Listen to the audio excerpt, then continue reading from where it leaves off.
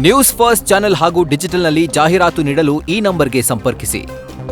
ಧರ್ಮಸ್ಥಳ ಬುರುಡೆ ಕೇಸಲ್ಲಿ ಜೈನ ಮುನಿಗಳ ಎಂಟ್ರಿ ಆಗಿದೆ. ಈ ಬುರುಡೆ ಪ್ರಕರಣವನ್ನ ಎನ್ಐಎಗೆ ಒಪ್ಪಿಸಬೇಕು ಅಂತ ಒತ್ತಡ ಹೇರ್ತಾ ಇದ್ದಾರೆ. ಹಿಂದೂ ಸ್ವಾಮೀಜಿಗಳು ಮತ್ತೆ ಜೈನ ಮುನಿಗಳು ಈ ಒತ್ತಡ ಹೇರೋದಕ್ಕೆ ಶುರು ಮಾಡಿದ್ದಾರೆ. ಅಮಿತ್ ಶಾರನ್ನ ಭೇಟಿಯಾಗಿ ಈ ಬಗ್ಗೆ ಮನವಿ ಸಲ್ಲಿಸೋದಕ್ಕೆ ಕೂಡ ತೀರ್ಮಾನ ಮಾಡಿದ್ದಾರೆ. ಸೆಪ್ಟೆಂಬರ್ 8ನೇ ತಾರೀಕು ಎನ್ಐಎಗೆ ಇದನ್ನ ಒಪ್ಪಿಸಬೇಕು ಅಂತ ಸ್ವಾಮೀಜಿಗಳು ಮನವಿ ಮಾಡೋದಕ್ಕೆ ಮುಂದಾಗಿದ್ದಾರೆ. ಧರ್ಮಸ್ಥಳದ ಪಾವಿತ್ರ್ಯತೆ ಅದನ್ನು ಹಾಳು ಮಾಡೋ ಷಡ್ಯಂತ್ರ ಮಾಡ್ತಿರುವವರ ವಿರುದ್ಧ ಕಠಿಣ ಕ್ರಮ ಆಗಬೇಕು ಅಂತ ಡೀಟೇಲ್ಸ್ ಕೊಡ್ತಾರೆ ಗಣಪತಿ. ಲೈವ್ನಲ್ಲಿ ಜಾಯ್ನ್ ಆಗ್ತಾ ಇದ್ದಾರೆ. ಗಣಪತಿ, ಈ ಆಗ್ರಹ ತುಂಬಾ ದಿನದಿಂದ ಕೇಳಿ ಬರ್ತಾ ಇದೆ. ಬಿಜೆಪಿಗರ ಆಗ್ರಹ ಕೂಡ ಹೌದು. ಈಗ ಜೈನ ಮುನಿಗಳು ಹಿಂದೂ ಸ್ವಾಮೀಜಿಗಳ ಎಂಟ್ರಿ ಆಗಿರೋದ್ರಿಂದ ಮತ್ತಷ್ಟು ಗಂಭೀರ ಸ್ವರೂಪ ಪಡ್ಕೊಳ್ಬಹುದಾ?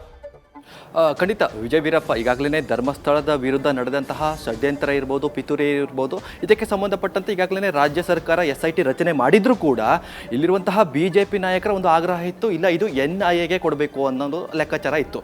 ಈಗ ಇದಕ್ಕೆ ಬೆಂಬಲವನ್ನು ಕೊಟ್ಟಿರುವಂತಹ ಒಂದಷ್ಟು ಸ್ವಾಮೀಜಿಗಳಿದ್ರು, ಅವರು ಕೂಡ ಈಗಾಗಲೇ ಎಂಟ್ರಿ ಆಗಿರುವಂಥದ್ದು. ಅಂದರೆ ಜೈನ ಸಮುದಾಯದಿರ್ಬೋದು, ಜೈನ ಸಮುದಾಯದ ಮುನಿಗಳಿರ್ಬೋದು, ಹಾಗೆ ಹಿಂದೂ ಸಮುದಾಯದ ಒಂದಷ್ಟು ಸ್ವಾಮೀಜಿಗಳು ನೇರವಾಗಿ ಕೇಂದ್ರ ಸಚಿವರಾದಂತಹ ಅಮಿತ್ ಶಾ ಅವರನ್ನು ಭೇಟಿ ಮಾಡಿ NIAಗೆ ಒಪ್ಪಿಸಬೇಕು ಅನ್ನೋ ಒಂದು ಒತ್ತಡವನ್ನು ಹೇರಲಿಕ್ಕೆ ಈಗಾಗಲೇ ರೆಡಿಯಾಗಿರುವಂಥದ್ದು. ನೋಡಿ, ರಾಜ್ಯ ನಾಯಕರು ಒಂದಷ್ಟು ಪತ್ರಗಳನ್ನು ಕೂಡ ಬರೆದಿದ್ರು, ರಾಜ್ಯ BJP ನಾಯಕರು.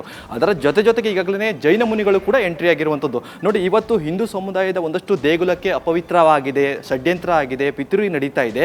ನಾಳೆ ಜೈನ ಸಮುದಾಯಕ್ಕೂ ಕೂಡ ಈ ರೀತಿಯಾದಂಥ ಘಟನೆಗಳು ಆಗುವಂಥ ಸಾಧ್ಯತೆಗಳಿರುತ್ತೆ. ಈ ನಿಟ್ಟಿನಲ್ಲಿ ಹಿಂದೂ ಸಮುದಾಯದ ದೇಗುಲಕ್ಕೆ ಬೆಂಬಲವಾಗಿ ಇವತ್ತು ಜೈನ ಮುನಿಗಳು ಅಖಾಡಕ್ಕೆ ಎಂಟ್ರಿ ಆಗಿರುವಂಥದ್ದು. ಜೊತೆಗೆ ಈಗಾಗಲೇ ಅಮಿತ್ ಶಾ ಅವರು ಕೂಡ ಸೆಪ್ಟೆಂಬರ್ 8ಕ್ಕೆ ಇವರ ಆಗಮನಕ್ಕೆ ಅಂದರೆ ಒಂದಷ್ಟು ಪರ್ಮಿಷನ್ ಅನ್ನು ಕೊಟ್ಟಿದ್ದಾರೆ.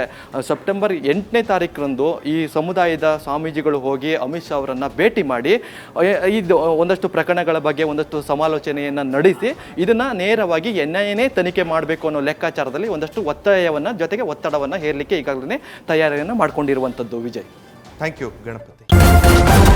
ನ್ಯೂಸ್ ಫಸ್ಟ್ ನಿರ್ಭೀತಿಯಿಂದ ನಿಮ್ಮ ಪರವಾಗಿ.